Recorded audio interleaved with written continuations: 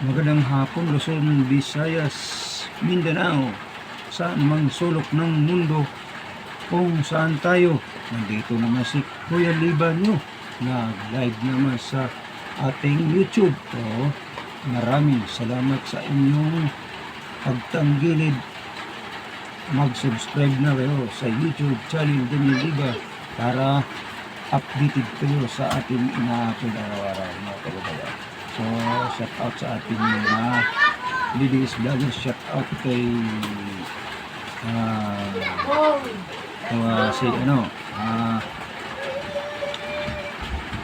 si ito sa lahat ng ating mga viewers pala. Malaala natin, no? Shout out sa ating mga viewers, followers. Unang-una, followers.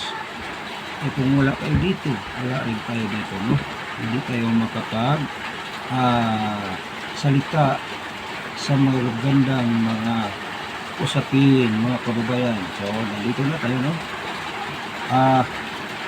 Mga kababayan, magandang hapon na umuulan naman. So, ang mga kababayan natin dito sa Maynila, buong Kamaynilaan o sa mga parte sa buong Maynila, nangangamba na naman muli kung bumaha. Bakit?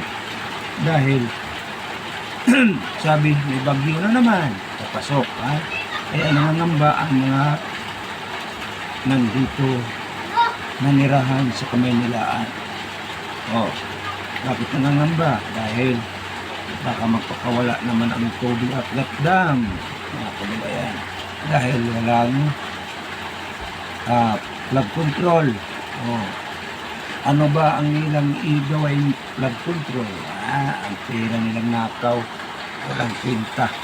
Mga senador, although di lahat ng mga senador napipili ang mga ilan-ilan lang mga mabait tumutulong sa ating bansa para makaahon sa kahirapan ng ating mga kapatiran. Wala nang panggamot, no? Kasi wala nang budget sa ospital. Hindi, sarili mo talaga. Kailangan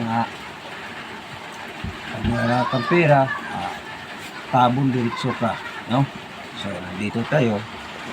Ulit-ulitin natin. Nangangamba na ang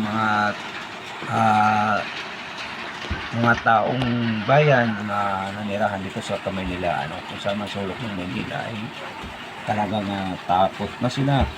Parang na sila, mga kababayan, tinatawag ng